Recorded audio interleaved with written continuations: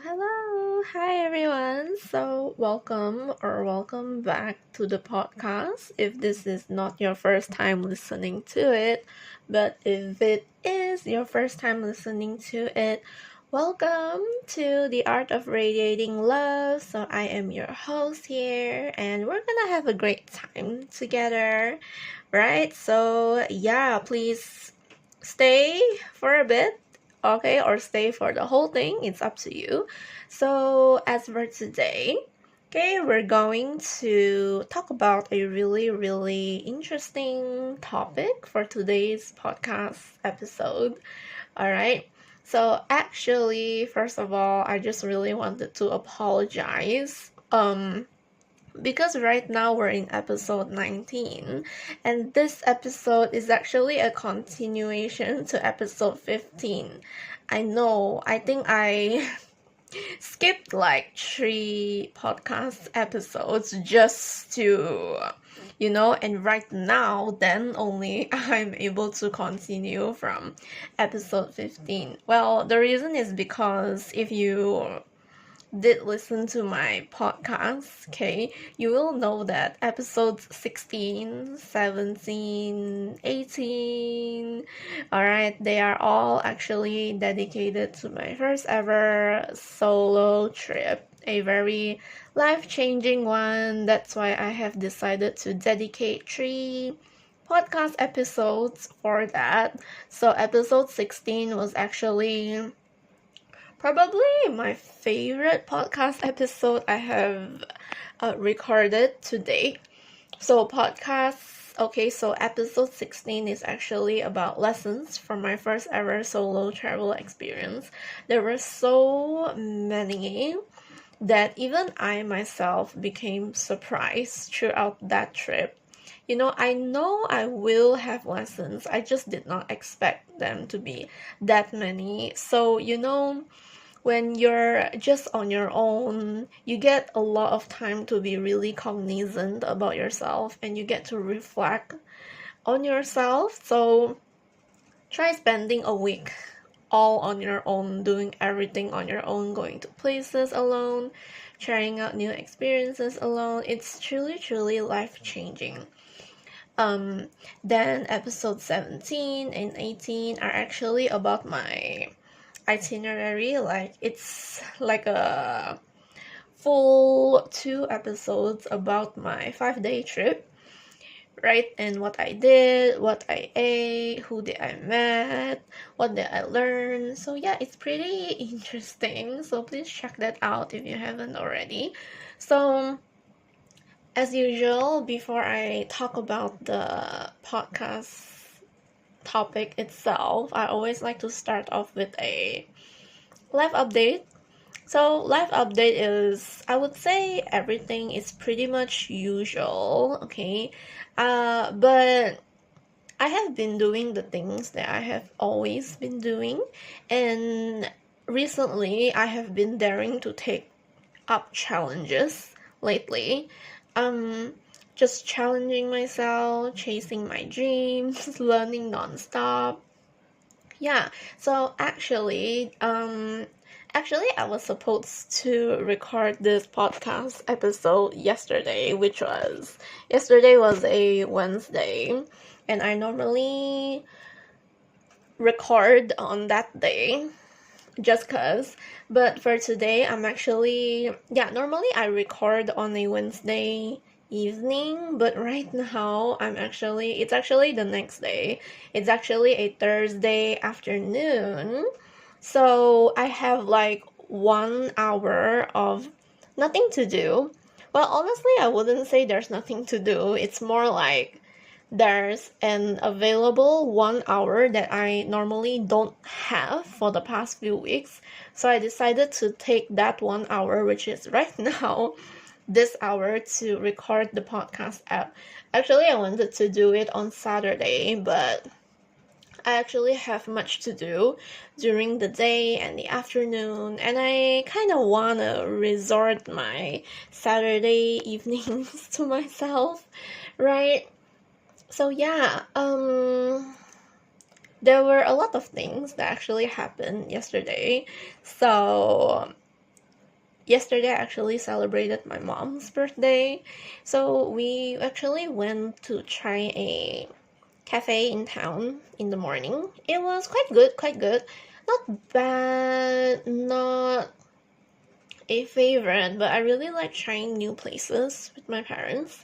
Then in the afternoon, I did some assignment for school.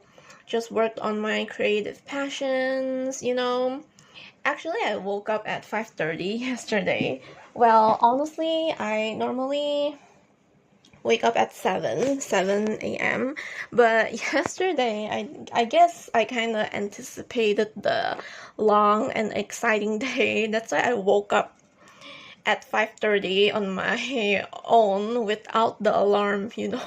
Then I just started the day earlier, which is a little bit of a bummer that I did not get my 8 hours of sleep, because the night before that day I couldn't really sleep because there were so many thoughts in my head. Well, it's not in a negative way, but more like in a way that I'm really excited for the next day ahead. So yeah, it was quite of a rare thing. But yeah, and then other than that, I actually checked out a new local store right after the morning breakfast, and I kind of bought a new hippo soft toy. So it's really cute. It's white in color. I bought it yesterday and I loved it so much. My mom actually washed it for me this morning. So right now it's just sitting on my bed. Yeah, I like collecting soft toys just cause they're really cute. Like, if they're really cute, I couldn't resist. I have to get it. Yeah. And besides, there's plenty of space on my bed, so when I buy things, I kind of look at whether if that thing I'm able to give it a home or not. So as for soft toys, there's just so much space on my bed. Despite the amount of toys I already have, there's over 10-ish soft toys on my bed already, but I can add more. So I keep buying them lately. Like the other day I bought an alpaca, but it was really small. So this hippo is like I wouldn't say palm size, but probably bigger. So yeah, really cute. I love it very much. And then yesterday we donated some books to the library. So it's actually one of my 2024 goals to be able to let go of the things that I no longer want, just to make space for things that are actually important for me, that I love, that matter to me. So yeah, I have been wanting to do that for a really long time actually, but never been able to, because I honestly, growing up, I have a scarcity mindset. I've been conditioned to think of that way. So right now as an adult, I do have like some problem letting go of things, even for the things that I no longer want. But I'm healing and it's recently becoming easier. Right now, I'm easily able to let go, and my mom and we were actually talking yesterday and just now actually. We were talking about donating clothes before the new year. It's something that I've been wanting to do for so long because I have so many clothes and they don't fit, or they're either too big or I don't like it anymore, and I figured might as well just give it away. There are people who need it more than I do, and somewhere I don't wear them anymore. There are like 3 to 4 boxes worth of clothes, so I might have to give a call to the non-profit organization tomorrow just to see when I'm able to come by and donate some clothes. So yeah, if there are things that you don't need anymore and you feel like people might benefit from it, you should give it away. Be able to let go of things just so that better things can come for you, right? Make space for the things that actually matter. So other than that, I have been planning for 2025. Well, honestly, people start planning during December, but last year I actually started planning in November. But this year, I decided to start planning in October just because my time is very restricted now. I have so many things to do, a lot of really important to me things to do, and I don't really want to like compromise on anything. So it's best that I start planning earlier, start planning for 2025 earlier. And yeah, everything's so far so good. So what I'm reading, okay, so I have already finished reading Saving Six, and I really like the story. Although honestly, I kind of struggle reading the book because right now I'm in my healing girl era, and my mindset is there's like a significant shift to my mindset compared to the me in the past. So the way that I read romance books that are really different right now. Like, let's say, for example, if the character is doing things that are really frustrating, like the character has like an internal dialogue, right? Whenever you read fiction, and then when the character starts saying insecure things, like things that shows his or her um, self-worth and showing his or her self-esteem, Mm, these are all things that happen especially to a person who is not yet healed or unhealed or hasn't started their self-development journey or are not aware, right? So because I have been in this personal development journey for like, I would say 2 years. Yeah, 2 years-ish, right? And I'm actually reading a book that has a lot of I don't know how to say it, but I don't want to use the word negative just because it's not. I would say there's a lot of issues in the characters' lives. It's a really good book, like a really good book, but there are a lot of problems, things that the characters are not aware about, right? There's a lot of problems in their life, and there are certain things that just frustrate you just because the characters aren't really taking the action for growth and such. So yeah, there are things that are really frustrating. It's not just this book, but for a lot of books itself. I mean, that's the reason why there are books, right? I mean, if the person is fully healed, right, no one would want to read it. So people normally like to read stories with transformative arcs, like they want to see the character healing throughout the entire book, like the transformation that comes with it. So I guess this is why people don't read fiction. You know, I wouldn't say they don't read fiction, but it's more like they read more non-fiction. But I'm a story girly, I really love stories. So yeah, that's something that has been on my mind lately and I'm trying to navigate. Yeah, so we'll see how it goes. And then after Saving Six, I actually started and finished Taming Seven. So it's actually another couple's story. I wouldn't say it's my favorite. But it's a really good book overall. You get to come back to the world and such, so it's really fun. And like in this book, I actually saw a lot of hints to what the next story would be, and I'm kind of really excited for the next couple. So hopefully the book comes out next year soon. Hopefully I love it as much as I loved Redeem 6, which was actually the fourth book in the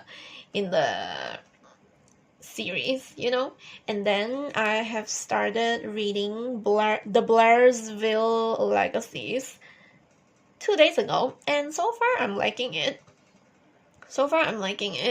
And I'm kind of bummed over the fact that only the first book is out, and I feel like I'm gonna really enjoy it, I guess. I think it gives off like Gossip Girl vibes, although I haven't watched the show, but that's what people commented on Reels. That's what they said about this book. So I'm really kind of really wanting to read Gossip Girls, but we'll see.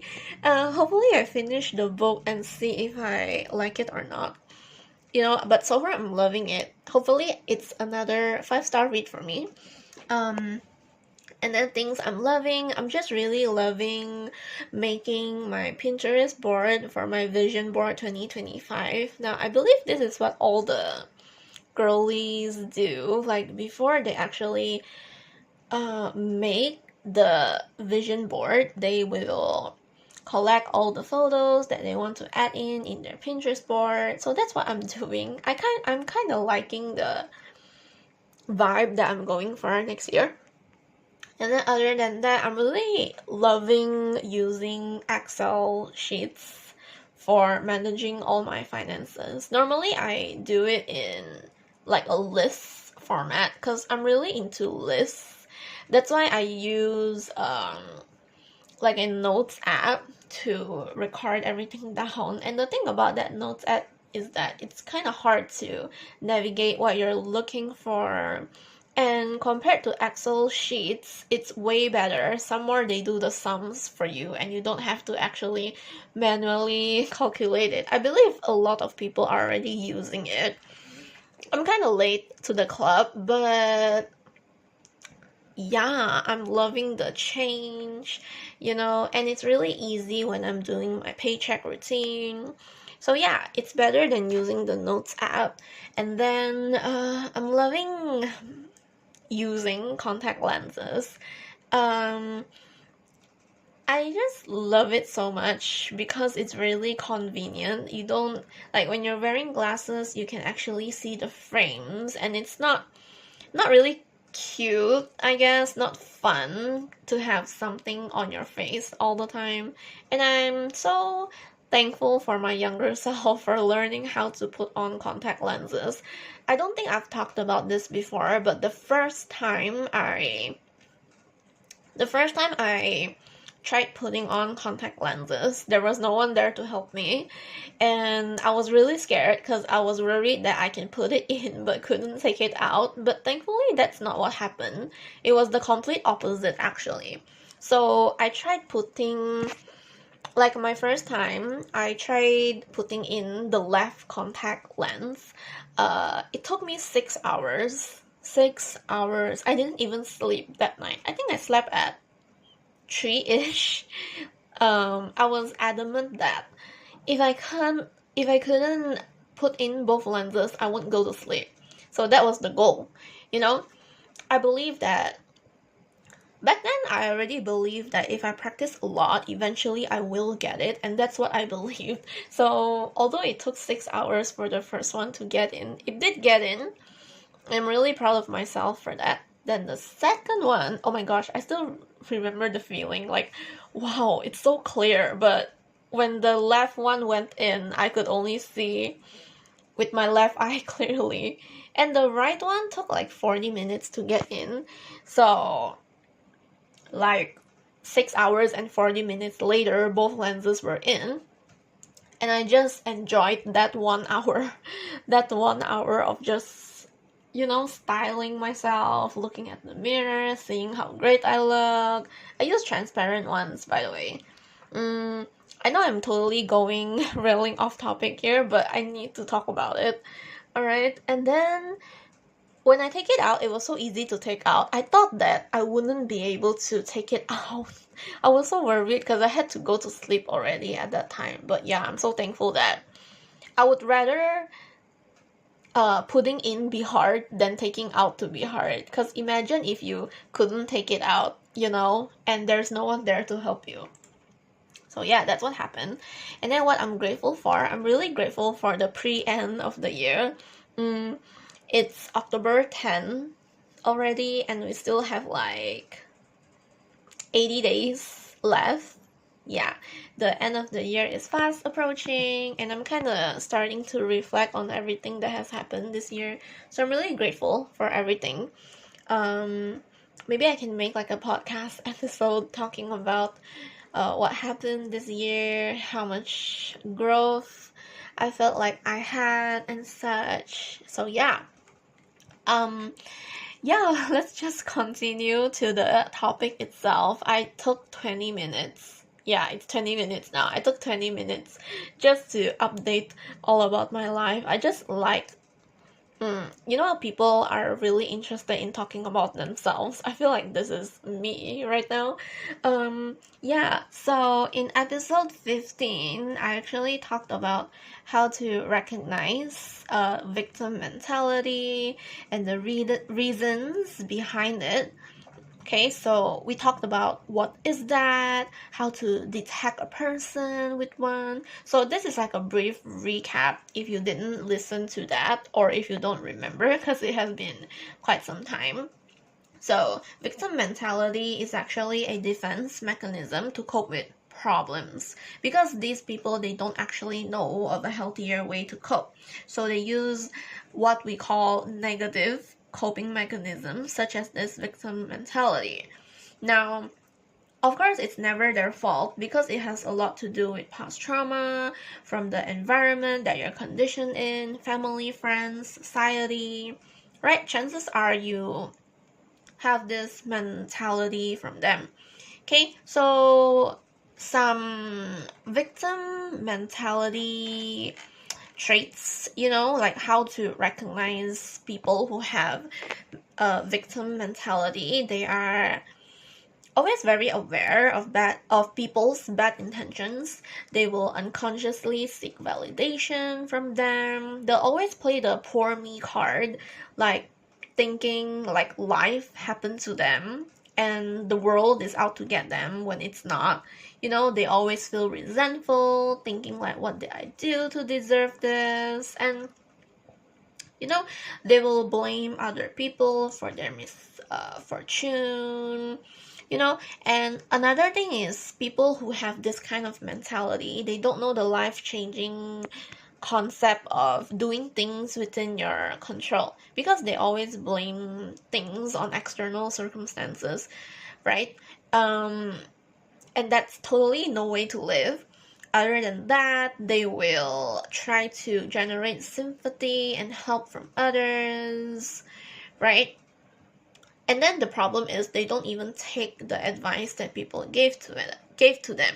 So this is how you recognize them, right? Then the people who try to help them are often left frustrated, right?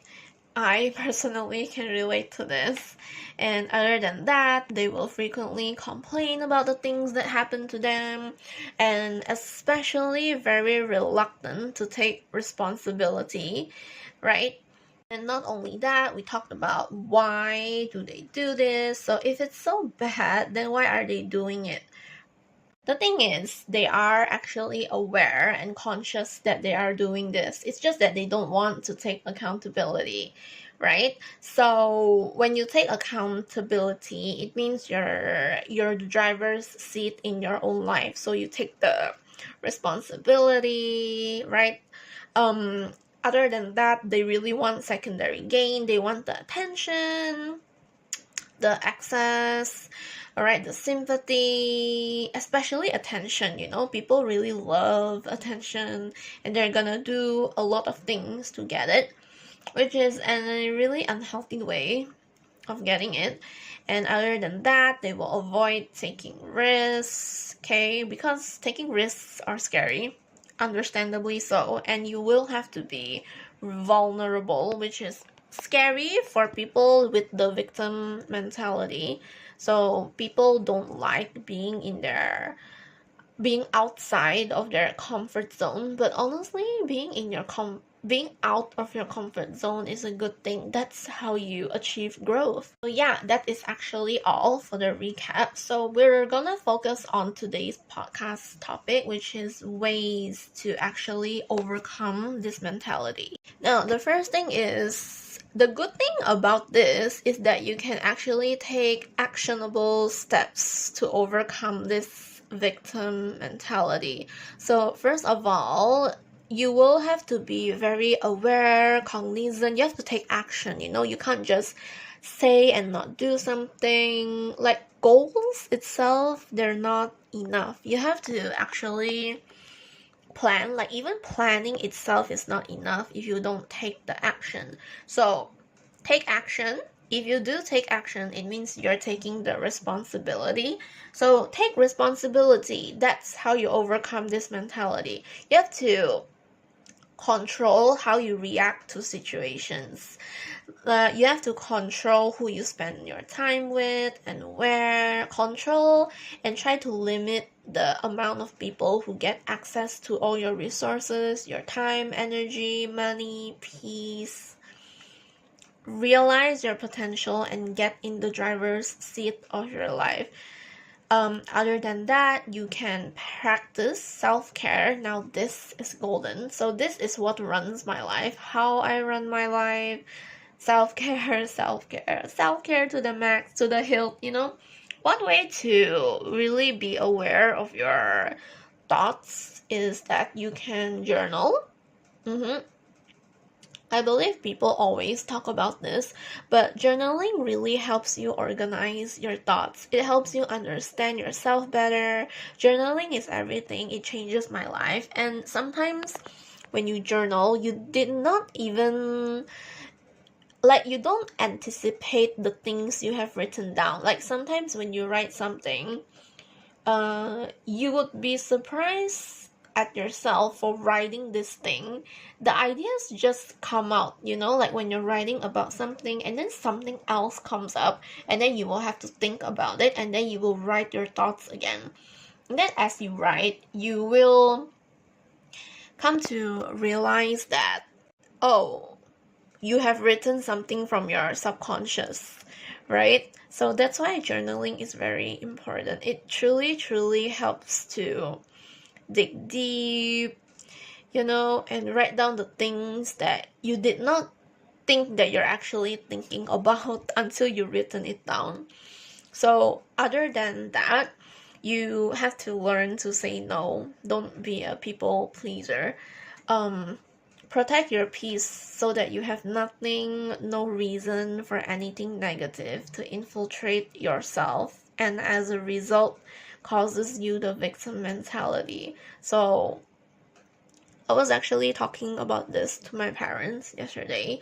So it's all about prevention, say no for real. Start to say no to things that don't align with your values or what you want for your life. When you say no, you're actually setting a boundary. It's you honoring your self-respect. It has nothing to do with that person, but everything to do with how much you respect yourself, how much you're honoring your needs.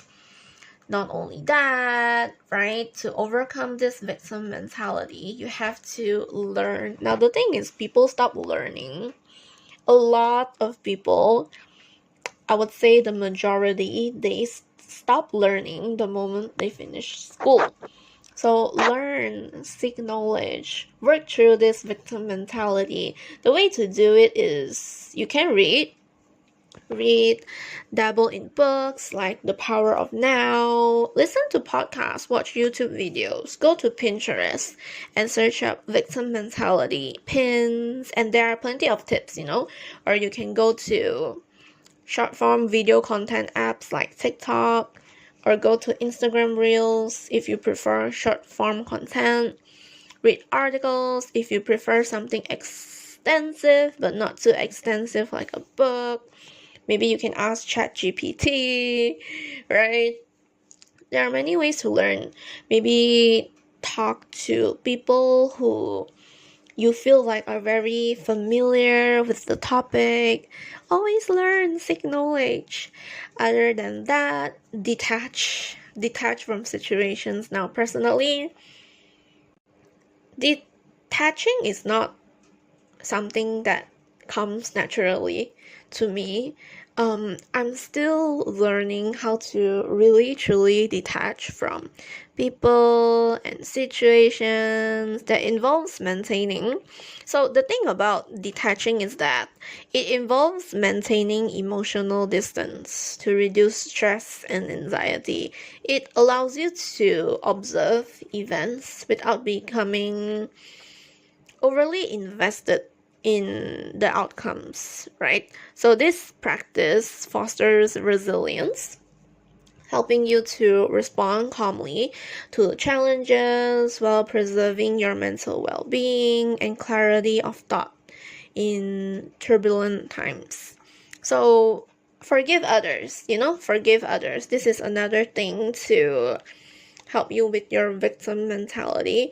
Forgive people not because what they did was wrong, but not because what they did was wrong or not wrong, but because you value peace above all else and you forgive others, not for them. Maybe it is for them, but it's mostly for you. So forgive, right? It doesn't come easy, but with practice and reflection, looking things objectively, you will be able to do it with ease. So another thing is to always make yourself a priority and take care of how much energy you expend. So take control over who you spend time with. Now, I was talking about this to my parents too yesterday. Identify personal goals that you can work towards and spend time on your own, just like how I do. I go to solo dates, take solo trips on my own. So when you spend time on your own, you have no time to worry about victim mentality, right? So spend time on your own, like do the things. When you focus on your goals and dreams, you will have no time worrying about this. And then maybe you can get busy building a business, writing a book, just do everything. Maybe try out a new hobby. You never know when you don't try. So I would say this is the last one, and this is one that people think is overrated, but it's true and you have to do it, which is practice gratitude. Now, gratitude is honestly everything. Because even if you have a lot of things, even if you don't have a lot of things, even if you're healing or you're not healing, gratitude just plays so much and it's going to help you in your journey throughout life. So yeah, those are all the ways how you can overcome this victim mentality. So as usual, here is the closing segment. So this is a task for you to implement what you have learned today. Now this task is for you to create a personal accountability journal. So you're going to get some paper or maybe open a Google Docs, your notes app, anything that you used to write on. So the first thing that you're going to write is self-reflection. So firstly, you have to do some self-reflection. So over the next week, take like 5 or 10 minutes at the end of each day to reflect on any challenges or setbacks you face. So write down how you reacted to those situations, right? Were there moments where you felt powerless or when you blame others? Maybe you blame yourself? Did the victim mentality came up? So that's the first thing. And then secondly, you're going to shift the narrative. So for each challenge, you will have to identify one small action you could take to regain control over the situation or your emotions. So write this down and commit to practicing it the next time a similar challenge arises. And the third part is to celebrate progress. So at the end of the week, review your entries and note any positive changes in your mindset or actions. Celebrate even the smallest victories in shifting away from this victim mentality. So as usual, we always, before we end the podcast, I will always read out some affirmations that you can follow after. So this time I'll do something a bit different. So I'm going to read out the affirmation and then I'm going to tell you what why this affirmation is important, what this affirms, what this focuses in. So yeah, let's start with the first one. So I choose to take responsibility for my life, knowing that I have the power to create positive change. So this actually affirms that you are in control of your own life and actions, you're on the driver's seat of your own life, and you are moving away from the victim mindset. So second affirmation is, I release the need to blame others for my challenges and embrace the lessons they bring. So this focuses on shifting from blaming external factors to learning from experiences. Now that's the key. So even with the adversity, the hurdles, the obstacles, anything, the challenges that come with it, okay, you should always extract the lessons from it. That's the most important part. So third affirmation, I am capable of growth and healing, and I trust myself to overcome any obstacles that come my way. So this affirmation actually highlights self-trust and growth. So it empowers you to believe in your ability to rise above challenges. So yeah, that is all for the podcast episode. So as usual, if you haven't already, please follow my podcast Instagram account at the Art of Radiating Love. So the podcast is actually available on Apple Podcasts, Spotify, YouTube. All links are available in the description. So please leave a 5-star rating to my podcast. Then share it to everyone. You can screenshot, send a link, send an email, right? Share it, do whatever you can to get this to their ears. And then here's a reminder. So as usual, put yourself first, take care of yourself, love yourself, and always radiate love. So I'm so grateful that you're here. Thank you, and I'll see you again in the next podcast episode. Bye!